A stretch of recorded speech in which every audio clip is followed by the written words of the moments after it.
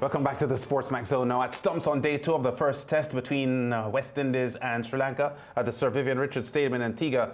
The West Indies in their first innings are 268 for 8, replying to Sri Lanka's 169 all out. The Antiguan Rakeem Cornwall has so far top scored for the West Indies with an unbeaten 60 against Saranga Lakmal's 5 for 27. Cornwall got support from Joshua De Silva, who chipped in with 42. They had shared in an 8th wicket stand of 90 scores in the match so far. Sri Lanka 169, the West Indies 268 for 8. And Cornwall spoke to the Windies media after the day's play. Good day, Rakeem. What was the discussion like between yourself and Joshua De Silva once you got out into the middle? I guess it was a simple one. Joshua was telling me to back myself, and once the ball in my areas was executed well. How important was that partnership in this test match for the West Indies? I think it was a very good partnership. We think we was in a spot of batter, and we just have to grind it out and bat and square runs. How have you been able to maintain focus and better your all-round ability throughout the past few months? It's kind of hard. I haven't been scoring runs for a little bit, and I think it's about time that I show what I can do with the bat and put down my head and bat for my team. And how important do you think your innings will be tomorrow to set up this test match? It would be very important. I think the first hour we have tomorrow is going to be crucial. Once we get to the first hour without any damage, I think we can push on from there and then see how much we get in the end and run at Sri Lanka.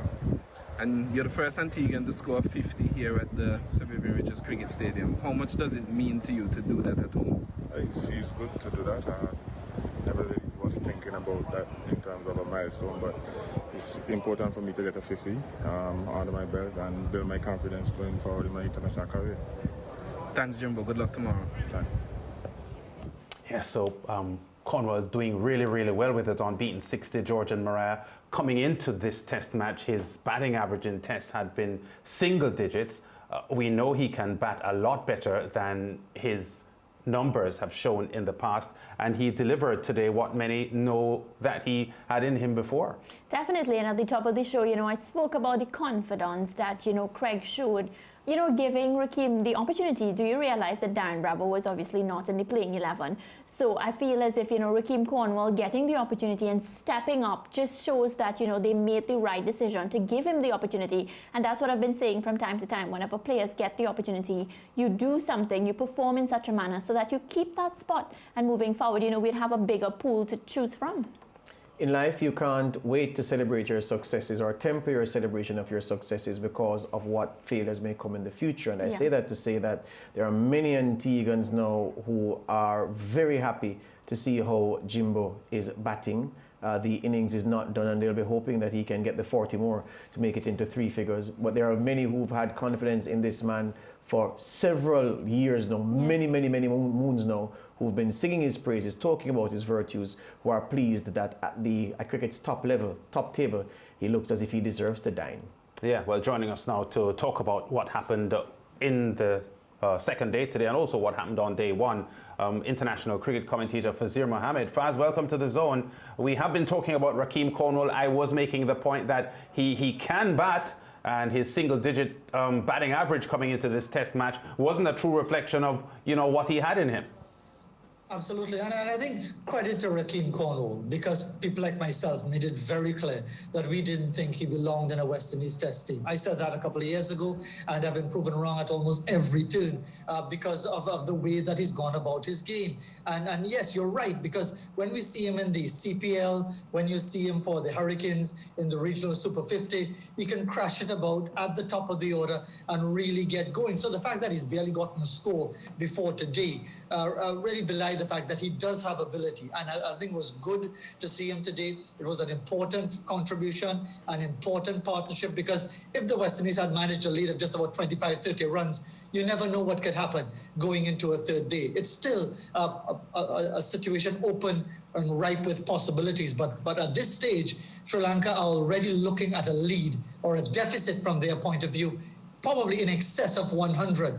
How much more in excess of 100? Again, it could be down to Rakeem Cornwall in that first hour tomorrow morning. Yeah, and you are right, Faz. Before the 90-run partnership between Cornwall and De Silva, Sri Lanka were right back into the game. So a very, very solid partnership for the 8th wicket there. A word on Joshua De Silva, who has been the 4th Trinidadian wicketkeeper for the West Indies in a few decades now. Derek Murray and David Williams were not considered batting wicket-keepers. Dinesh Ramdin was considered a batting wicket-keeper, but his batting average in Test cricket only 25, so he didn't really do as much as people expected him to do. Your thoughts on Joshua De Silva and the possibilities for him? Well, I think Joshua De Silva, maybe it's because he's also a member of Queen's Park, where Derek Murray was the president until not so long ago.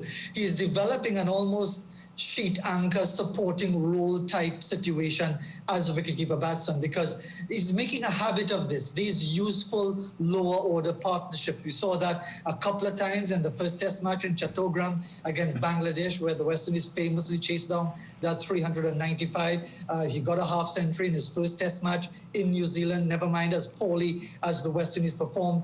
And here he's done it again. Obviously disappointed with the manner in which he got out. But again, you listen to Rakeem Cornwall and almost being mentored by Joshua De Silva, who's played fewer test matches than Rakeem Cornwall. But it tells you about the spirit within this team, that everyone is urging each other to succeed. And yes, the time of challenge, the time of hardship is probably not too far away, but you do get the sense that there's a real spirit in the side. And I think Joshua De Silva is part of that spirit, because it's obvious when you look at him either behind the stumps or in front of the stumps, he's reveling in this opportunity that he's been given that maybe a year ago he never thought it would have been on. Definitely, Faz. And I'm going to move across now to the bowling effort of our West Indies players. Of course, we had Jason Holder, having been stripped of the captaincy, just dominating with the ball, getting that 5 for Kemar Roach as well, doing, stepping up.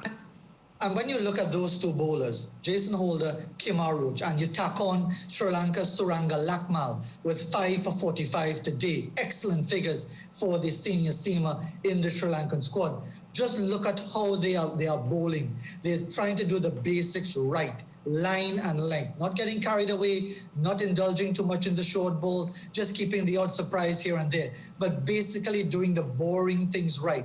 Full length, on or about off stump, looking for a bit of seam movement to get the outside edge, to get the inside edge, to get the stumps and so on. And that's essentially what it's all about. In reference to Jason Holder, those who would have been thinking, well, he might have been downcast, having been stripped of the captaincy, clearly they don't know Jason Holder. I don't pretend to know him a whole lot, but the little that I do know of him tells me that he is a bigger man than the narrow focus of an individual's disappointment of losing the captaincy. Yes, he will be disappointed. We talked about that on Friday, but you fully expect him, whichever team he plays for, in whatever circumstance, that he's going to give up his best, because he is essentially the quintessential team man.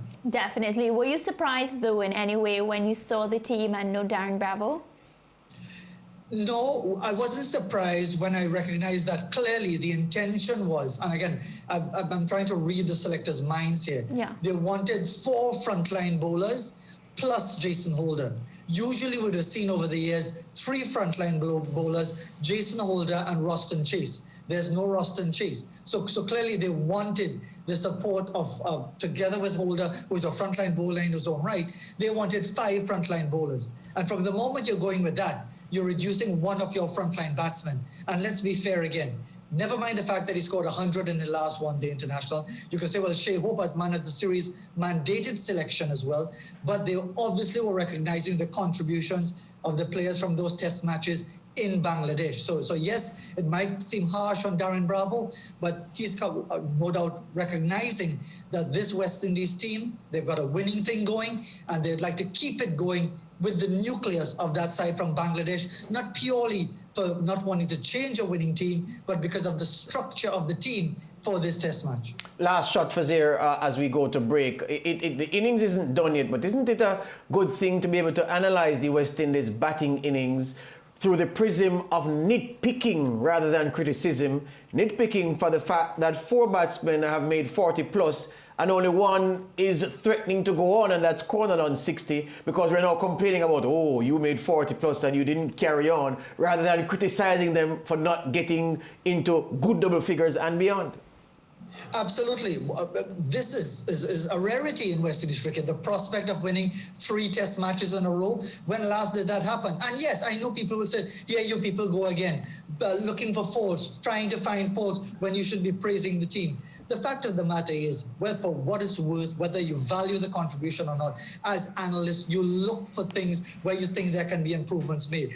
For example, Kyle Mayers, 45 of 70 bowls, 36 of those runs off 6 balls, which means the other 9 runs came off 64 deliveries. So that in essence tells you 45 runs, valuable contribution, but he can certainly do a lot better and a lot more with the ability that he has. Always great to talk to you, Fazeer. We'll be in touch with you again throughout the week as the test match continues. Thanks a lot.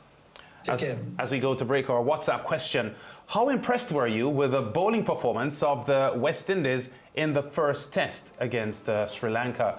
Send us a voice note and we will play that later on the show today. Our NBA segment still to come on The Zone.